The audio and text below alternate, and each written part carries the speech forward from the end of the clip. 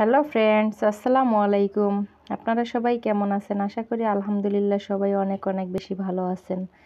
আমি এখানে চিপস তৈরি করে দেখিয়ে দেব। আজকের এপিসোডে আছে আমার 2 প্রকারের চিপস তৈরি করব, দুটো ডিজাইনের। তো আমি দেখিয়ে দেব কিভাবে তৈরি করব, তো আমার সাথেই থাকুন।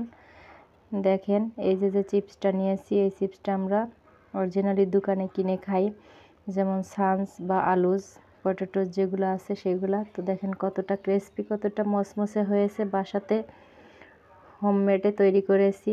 তো আশা করি অনেক অনেক ভালো লাগবে আমার এপিসোডের যে রেসিপিটা আছে। আপনারা বাচ্চাদেরকে চাইলে যে কোনো মুহূর্তে এটা তৈরি করে দিতে পারেন বাসাতে, বা আমরা লং ড্রাইভে যদি কোথাও যাই সেখানে কিনে না খেয়ে আমরা বাসা থেকে তৈরি করে নিয়ে যেয়ে খেতে পারি। তো চলেন আমার সাথেই থাকুন, আমি কিভাবে তৈরি করেছি দেখিয়ে দিব। তো আমি প্রথমে এখানে 3টা আলু নিয়েছি, মাঝারি টাইপের। তো আমি এটা একটা গ্রেটারের সাহায্যে কেটে নিব।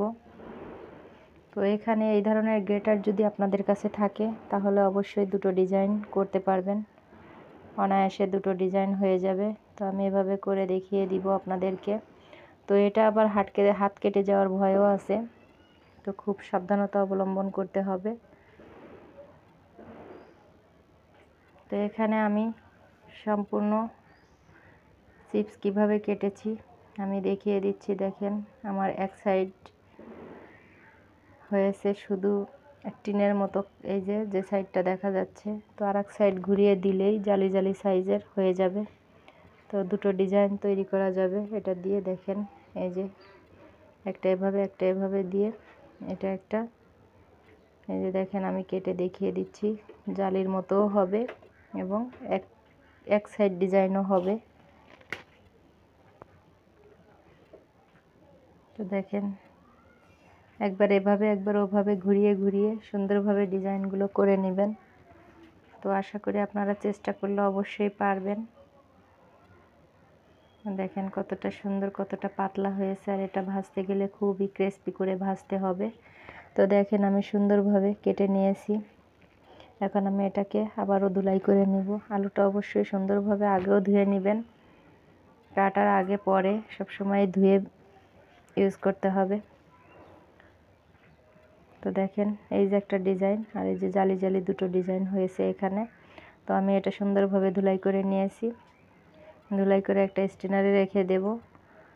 তো এদিকে আমি স্ট্রেনারে রেখে দিয়েছি ধুলাই করে, যাতে পানিটা ঝরে যায়। এদিকে আমি এর সাথে যে মশলাটা অ্যাড করব সেটা আমি তৈরি করে নিচ্ছি। দেখেন, প্রথমে হাফ চা চামচের মতো বিট লবণ দিয়ে দিচ্ছি।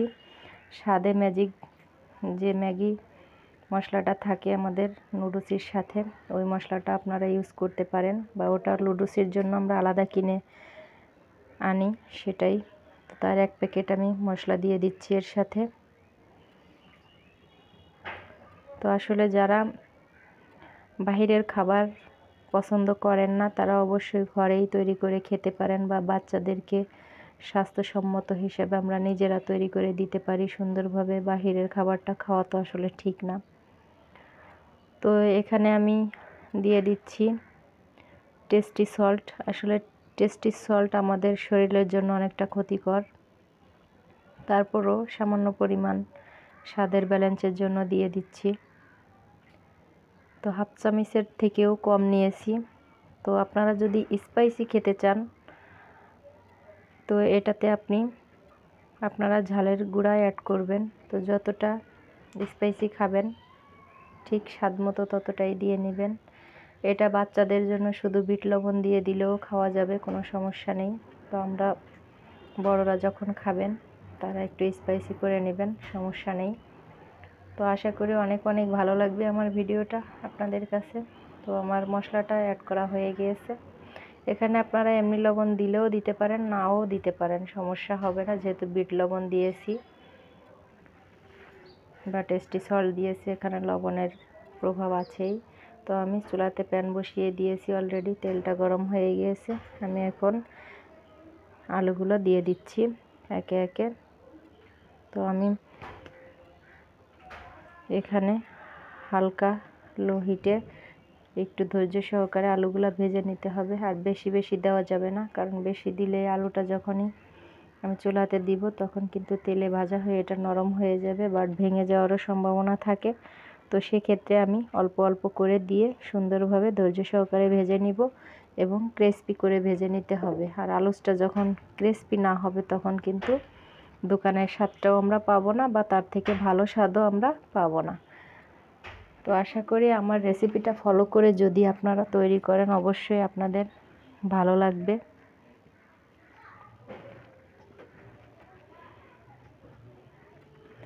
তো আমি আলুটা বেশি কালার করব না, এটা সামান্য ব্রাউন কালার এসে গেলেই বা ক্রিস্পিও হবে, ব্রাউন কালারটাও আসবে। বেশি কালার করলে ভালো লাগবে না দেখতে।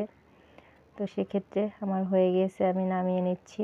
তো দেখেন এরকম কালার হয়েছে, তো আমি এইভাবে নামিয়ে নিচ্ছি। এর থেকে বেশি কালার করলে আর ভালো লাগবে না। তো সম্পূর্ণ আলুগুলো আমি এরকম ভেজে নিব।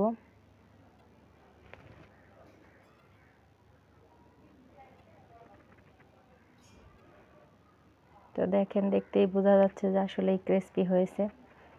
তো আমি বাদবাকি যেগুলো আসছিল সেগুলো আমি দিয়ে দিব এখন।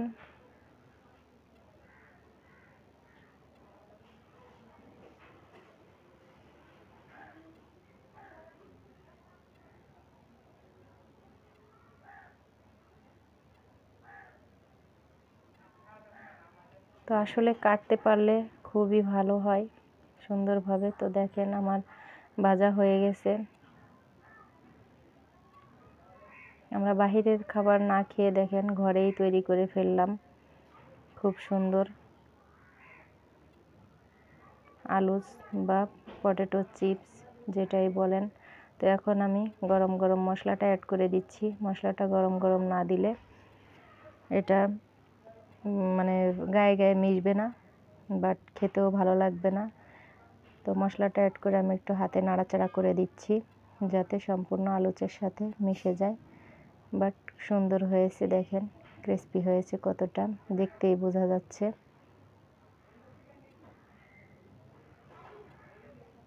তো আপনাদের কাছে যদি ভালো লেগে থাকে আমার ভিডিওটা অবশ্যই লাইক কমেন্ট শেয়ার করবেন ফ্রেন্ডস এবং ফ্যামিলিদের সাথে। তো সবাই ভালো থাকবেন। আমার চ্যানেলটা নতুন, অবশ্যই চ্যানেলটা সাবস্ক্রাইব করে দিবেন। আশা করি আপনাদের একটা লাইক কমেন্ট আমার জন্য অনেক বেশি উপকারী হবে। তাই তো ভালো থাকবেন, সুস্থ থাকবেন। আল্লাহ হাফেজ, আসসালামু আলাইকুম।